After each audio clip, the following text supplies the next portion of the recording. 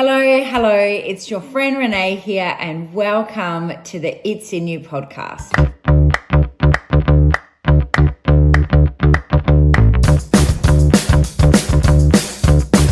I just thought today I would go over where It's In You actually comes from. I can't remember whether I've covered or not, but It's In You is something that my mum always said. So when we were young, like teenage years.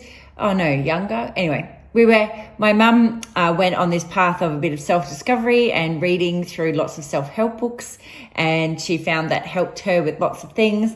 And she came up with this word, it's in you, like it is in you.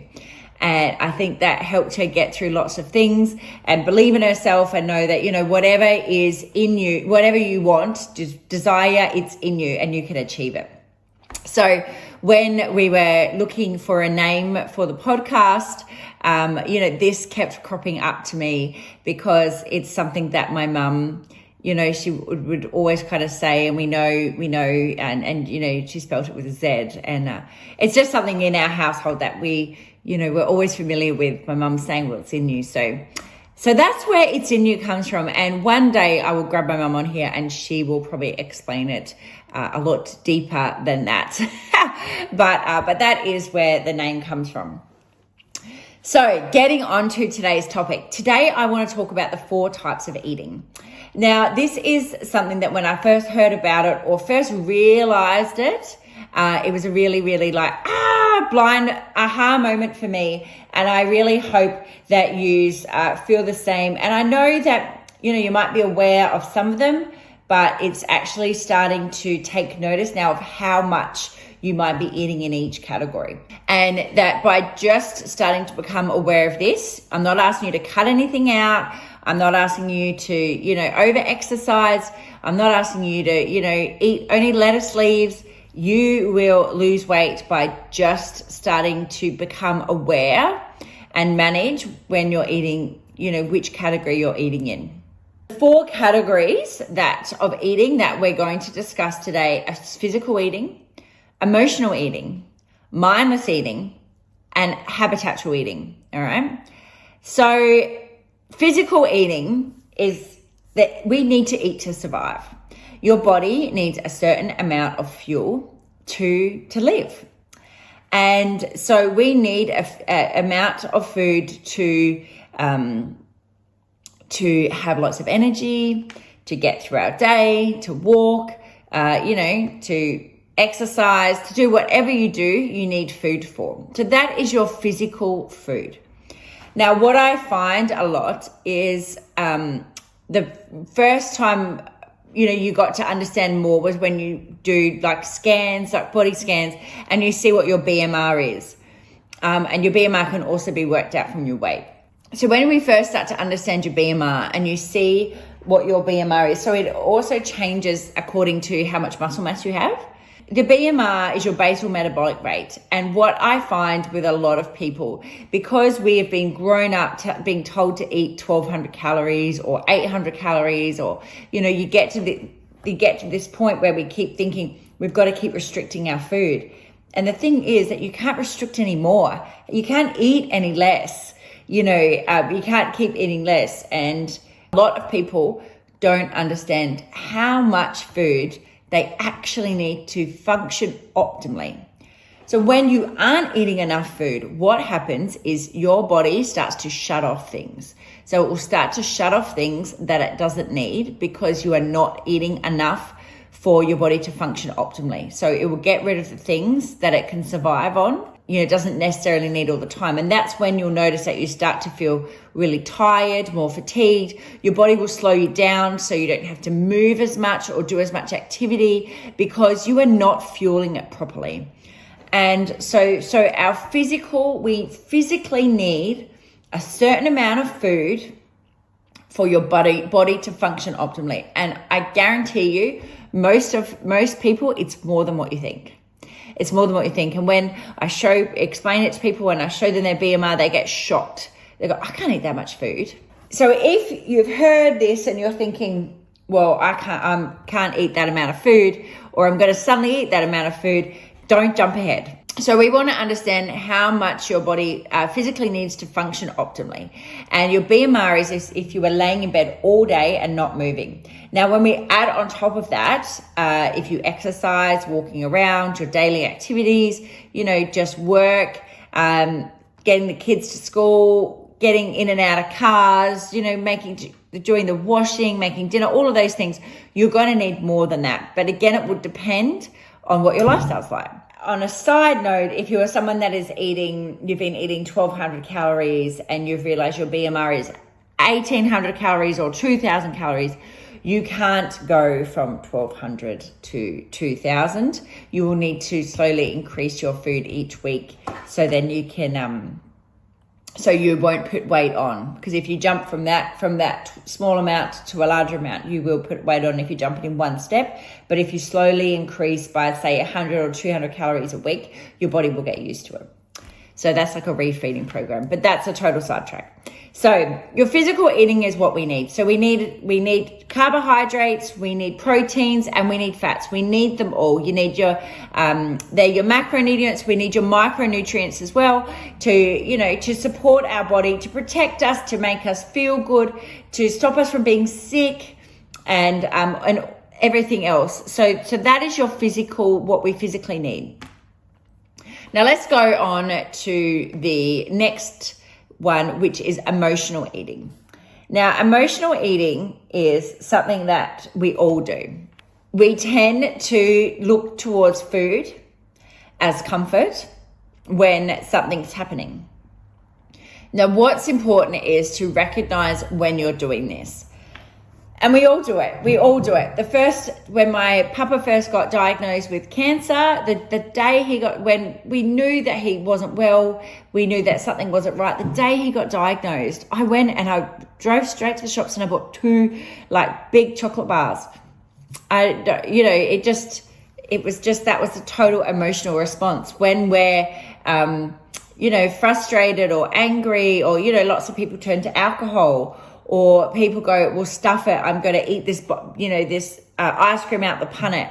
So emotional eating is something when we all do, and when we do it when we feel we're not feeling right, we're feeling upset, something's happened, and we tend to lean towards food to give us that comfort. The key thing is to start becoming aware of if that's what you're doing, and then look to reframe that emotion, that chance. So the best time to do this is to do it when you are in a better headset.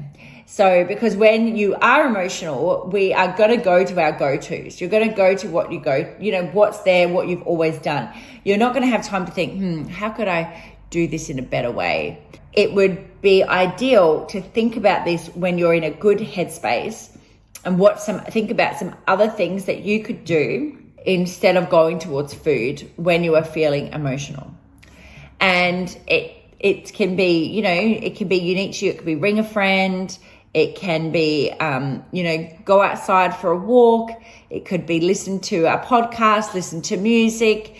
Just think of something that can distract you when you're feeling that way.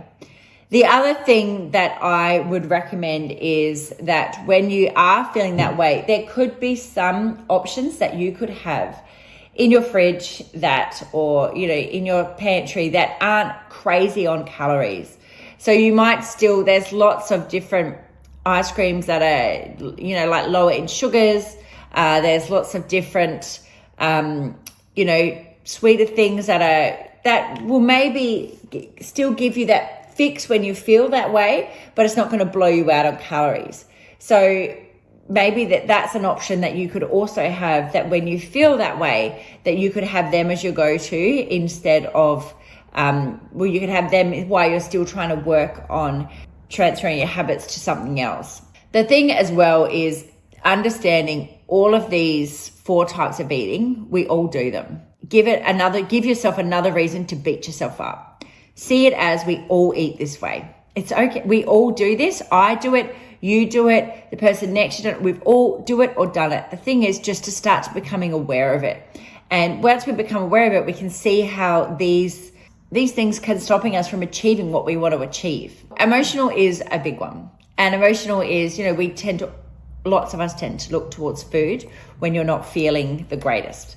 So so just start to think about, is this you? What's something else that you could do when you're feeling that way to distract yourself? And 9 times out of 10, once you start to distract yourself, you're already on to another path, and that food's just a distant memory now. So it's just getting past that first initial, I need to, like with my papa, when he first got diagnosed, I got in the car and I drove because I didn't have chocolate in the house. But I also was like, that's totally fine. I don't beat myself up about it. I did what I did when, how I felt. When my husband was really sick for probably about 18 odd months, when Cooper was just born. No, he was 2, sorry. Cooper was around 2. And lots of times he was in and out of hospital. And when he was in and out of hospital, I ate Maltesers for dinner. I ate chocolate sultanas for dinner. And it wasn't the best, but that's just how I was feeling. So you're not alone. I did all that. And then when we've had other things crop up, I've learned from it. And I, was like, okay, this next time when I knew that I was going to, it was a stressful time, I made sure I had takeaway meals, like that I could, microwave meals, that I could heat up. And, because I knew that I wasn't going to feel like cooking food and I would end up going to chocolates and sweets. And that's what we do. It's all fine, but you can learn from this and to not let these things stop getting you where you want to get to. The next one is mindless eating. Now, this one is something that I do all the time. And it's something I'm still picking myself up on. And I was quite shocked, and it's really good to have somebody else point it out to you. So I was quite shocked when, I was saying, I put on some weight, and said, I put on some weight. And my husband was like, Renae, you eat all the time. He's like, you're constantly eating. And I was like, no, I'm not. And he was like, so he pointed out that I was eating the kids' lunches, when they weren't finished, I was snacking off the plate. Lots of times if I'm heating something up, say in the microwave or waiting to cook, I'm eating while I'm waiting. So I wasn't aware of that. And it was good when he pointed it out to me. Now, mindless eating is when we are eating and we don't really realize that we're eating. So you're just kind of going with emotions. It's same as if you find you have a platter sitting out and there's a platter there and you're just eating because the platter is there. That's, and I am something that I do quite a lot, but I'm really catching myself, trying to catch myself more and more when I was doing it. So with mindless eating, the thing is to start to become aware. And we need to ask ourselves a few questions like, are we actually hungry? Most of the time, you're just eating it because it's there. Start to notice your habits and when you're going for things or what you're doing. So for me, I've recognized that I will, if I'm making something for someone else or for myself, I will have a little bit here, have a little bit extra there. Lots of times when I'm trying to avoid doing something, work, or I'm avoiding doing something I don't really want to do, I will tend to go and start looking around for something to eat. So I'm just kind of avoiding what I'm actually doing, but I'm not actually hungry, but I'm just looking for something to eat to delay the inevitable. We want to become aware of, how often you're doing it. And this mindless eating can add up to hundreds and hundreds of calories. And the thing is, you're not even taking this into account. If you're tracking your food, if you're going I'm eating a plan in towards a plan or something else, or you're trying to be more mindful of what you're eating. This mindless eating, because like I said, I didn't even recognize I was doing it. I put baking the kids' lunches, and then I might, go to put something away, and I'll take a couple while I do that. And the calories just add up, and it adds up to so much, and we've just not even counted it in. So mindless eating is something that you could look at really reducing, and you would notice if you just started to become aware of when you were doing it, and you can just reduce your mindless eating, you would probably notice a difference while we're still eating for our physical eating. Now remember, we have a goal of, we need a certain amount of food each day, and the mindless eating adds on calories that we're not even adding in. Not even adding into our kind of, when you're tallying things up or you're working out what you're doing, you're thinking, well, I am eating well, but, I did eat, 5 Mentoses out of the jar, and I had half of the kids' chocolate donut, and I finished off their chips, and, so that's how things add up. The thing is that to think about is that if you are kind of picking at things, then maybe you're actually hungry. So maybe it would be worth to, look at beefing out a meal. So and what I mean by beefing out is have a bigger meal that's going to fully satisfy you, instead of looking at having these little meals everywhere, because then you maybe tend to do more snacking. So you, again, find what works for you, but you might be like, I'm going to have like 3 meals a day, and I'm going to have, make those meals a bit larger. Look at the protein on your plate. The protein is the thing that's going to keep you full. And what I find is that most people are under eating in their protein. And, so when you increase your protein, you're not going to feel like eating as much, because you will be full. If you normally have, let's say, 20 grams of protein on your plate, maybe double it and just see how you feel. Just see, or when you are feeling like you're starting to snack and you're doing a bit of that mindless eating, or you're like waiting around for dinner, then maybe have a protein shake. So I love protein shakes, and that's what I use them for. I don't use them as a meal replacement. I kind of use them for snacks, or I use them for when I'm busy, if I don't have time to eat. So lots of times I start work at 5. I'm in the studio from maybe 5 until whatever time, maybe 11 or something like that, and I don't have any time to eat a breakfast. So that's when I would use a protein shake, because I still want to make sure that I still want to make sure I'm eating. And what I also find is and I find it with a lot of other people, when I've tried to restrict, or when people have tried to restrict their food, they then get to a point in the night or the evening that they feel like they just want to eat anything they see. And, that hunger kind of comes over. So you've restricted, and then this hunger comes over, and you feel like you can't do it anymore. And then you just eat whatever you see in sight. And that's when it's good to think about, beefing out that kind of meal that you're eating, making that meal, maybe making it, like increasing your protein on that meal. So then you're not going to snack as much, and see how that works for you. I find that a protein shake helps if I feel like I'm snacking on things. Then I go, maybe I am actually hungry, and maybe I better just have a protein shake, because that will keep me full and satisfied, and I'm not going to eat this other stuff, which generally a lot of that mindless eating, it makes you feel crappy. Another way, which I haven't put on the list, but another way that I see people tend to blow out on calories is preemptive eating. So are you eating in case you get hungry? So a lot of times what we're doing is we're not actually recognizing when we're hungry, and we're leaving it to, we're just eating. And this kind of ties in with your habits. Like, are we feeling like we got to eat at a certain time? And that's where we feel like we've just, I better eat because it's breakfast time. I better eat because it's dinner. Or do you feel like, I'm going to eat before I go out? Or I might get hungry, and I know that I do this, is I get worried that I might get hungry, so I'll pre-eat when I should learn to trust my body and not be doing that.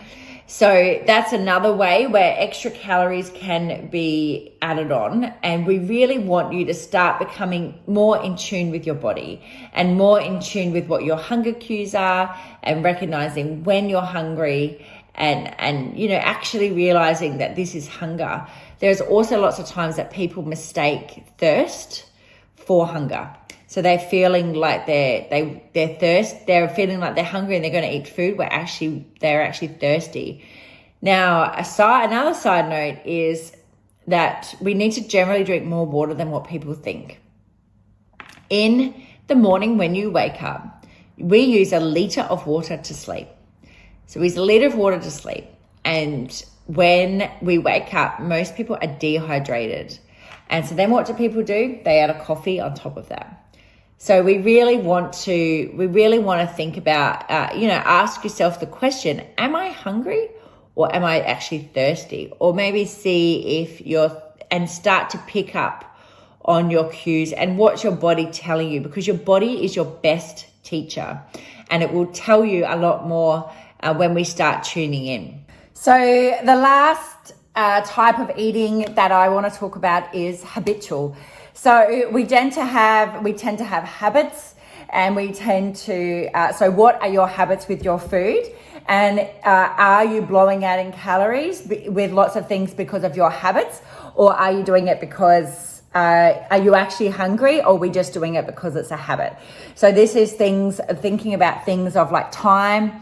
Like my mum was a school teacher, so she was very used to like, she'd have a breakfast, morning tea, lunch, afternoon tea, dinner. So that was kind of her habits from how she worked. I used to work in an office, and one of the first things I made a change when I was looking years ago, when I was looking to, I wanted to lose some weight and I was just looking at my food, was that I realized that we used to get out of the office to have a break because it was computer work. And to get out of there, we would go for a walk and at the time I didn't drink coffee. So we would go for a walk down to the canteen, and like all the ladies would get a coffee. Now I wasn't getting a coffee and I was buying a chocolate bar. So then it became a habit that every day I was buying this chocolate bar, and it just became a habit. So when I realized this is what I was doing, so that's just blown out calories that I didn't really need. I was wanting to get away from this, the computer screen for a while.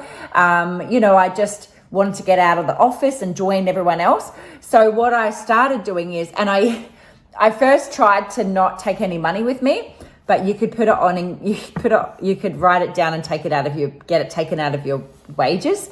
So that didn't work, but I just realized I would still go out, but I would go for a walk or something. So that was one of the first habits, I looked at changing, was because I was buying this, chocolate bar every day.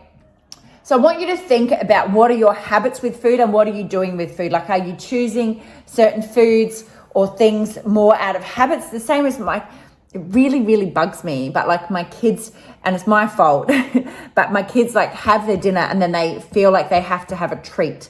So again, a silly thing that I set up when they were younger, trying to encourage them to eat, that they would get this treat. So they have their dinner and then they want a treat after. And that's now like a habit. There's also a habit with my kids that I also really dislike, and I work on changing it, is when Cooper was in daycare, they used to provide food and they used to give milk with their lunch. So now he always wants milk, and it's taken me a long time to try to change that habit, because I just don't like them drinking milk. I just don't think they should drink milk, and they don't need it. They don't need it with their dinner. And I think the milk sometimes fills you up, but it's something that, and obviously Charlie's copied him. So I want you to really think about what are your habits with food, and how are you, how is that influencing how many calories you're eating? Because there's things like you might associate going, like if you go out for dinner and you might feel like you always have to have an entree, a main, and dessert. If that's something, and then it's really starting to tune more into your body. Is this what my body actually needs, or am I just doing it because I know when we like to go on cruises. So when we go on cruises, and they offer you you go and eat in the restaurant, so they offer you like an entree, main, dessert. If I was eating back home, I wouldn't eat that stuff. So it's really starting to think, are we eating it because it's a habit? Are we eating it because it's there? Again, I used to have a habit of, and generally most of my habit foods, now I'm thinking about it, and yours possibly might be the same. Most of my habit foods, and it ties in with the mindless eating as well, are kind of junk food, So I used to, when I lived in Glasgow, I used to get the train home, and it was that 3:00 mark, which now being older and wiser, I realize that's that time that you're kind of hungry. Or maybe it was later. No, it was later. But anyway, but I used to go and buy a bag of lollies. So I'd buy a bag of lollies and I would eat the whole bag. And I thought, because in that time, I thought that jelly lollies were healthier because they didn't have fat in them. So I thought I was being healthy. That's that old marketing of, that fat era. But yeah, I didn't understand or, realize that they were loaded with sugar. And I would eat the jelly lollies, and I would eat them on the train on the way home, and I would eat the whole packet. And that became a habit. That became a habit of doing that. So I really want you to think about, what are your habits with food? Now, if you are realizing that you have some habits with food that you can change, the first step is the first step is recognition. So recognizing that you can make this change. The second step is looking to so the one when I was always going to work and I was getting the chocolate bar, I realized I could still go for a walk, but go somewhere different. So that's what I did. And then therefore that just eliminated that. I didn't even feel like I needed it, because I wasn't actually craving it or wanting it. It was just because it was there. The other thing, so you can make another choice, but you can look at, if you want to change a new habit, you want to stack it with something else you already do. So if you are, let's say you're getting to that 3:00 mark and you're realizing that, that's the time that you'll get quite ravenous with food, so maybe stack that time with, and so maybe that's the time that you are going to pick kids up from school. Or maybe that's the time that you have this break in your office. Maybe choose then to have a protein shake or something. So stack it with something you already do, because you're more likely to stick to it. So when we're looking to create new habits, that's one of the key steps to creating a new habit, is stack it with something you already do. So if it's when I worked at the office, I had this, I used to have on my desk like a drink, I used to have apple cider vinegar, and I had this other vitamin drink, and I'd have it on my desk. You had to mix it with water, and I had it on my desk because I could. And so when I got to work, that's when I poured them out and I had them. Now I don't work in an office anymore. I don't find that harder to do, but because it was in my face all the time, I found that quite easy. I was looking to change my habit of, I told myself that I was going to do yoga every day, but I didn't place a time or anything with it. And then I found that I wasn't doing it. I said I would do it when the kids went to bed, and it didn't happen. But what I then realized, which I started understanding, the habit stacking, and I then stacked that habit with something I already did, which was I ran every morning. So I stacked it with that, and I did it every day. And what I did do is I got up 15 minutes earlier, and then I did yoga before I ran, and I did it every day, compared to the time of when I said I'm going to do yoga daily, but I never set it to a time. I never said it to anything. So when looking to create a new habit, this is why we want to stack it with something you already do. So if you're looking to change a habit, create a new habit, think about that. So, I want to make sure I'm eating more greens, or I'm eating more vegetables, or I'm going to make sure that I'm, then stack it with something you already do, and you're more likely to stick to it. So hopefully you might have recognized where you are in some of these things, because we all dabble in and out of all of these 4 types of eating. Now, the thing is, when you recognize that this is what you do, we can just make small changes. So you don't have to restrict your food. You don't have to cut out, the things you love. We just have to look at what are we doing in this time? Like I said, when I had my husband say to me, you picking on the kids' food when you're making the lunch boxes, starting to recognize that. that I'm doing that, I really think about it now when I make it, and I needed someone to point out that kind of habit that I had. So start to think about that, and you can really make these changes. And they're only small changes, and you will see a big difference. You will notice a big difference when we cut out these things, because lots of these extra calories, people don't count them in. So they'll be like, I'm doing this, but I'm not losing weight. And why am I not losing weight? You know, and that all these things are happening, and we don't even recognize it. And it's happened to me, and it was really great when I had someone point it out to me. Like my husband was like, no, you're picking on food all the time. I was like, am I? I didn't know I was, and I was. So start to think about this. Are you, what are your habits with your food? Are you eating extra calories out of just habits? Are you mindlessly eating and not even recognizing that you're eating and just eating because it's there? Are we emotionally eating? What are we, when we're feeling a certain way? We all do it. We go, food can be seen as comfort. And lastly, physical eating, because we do need to make sure that we're eating properly to fuel our bodies. And that's what's really, really important. But we need to understand all the aspects and how they all tie in together. So start to think about this over the next week, and please message me and let me know, are you picking up on food that, are we picking up on food and eating food and we don't really recognize we're doing it? And, please make sure you let me know, because I'd love to hear. Okay, I'm going to love you and leave you, and I will speak to you all next week. Bye.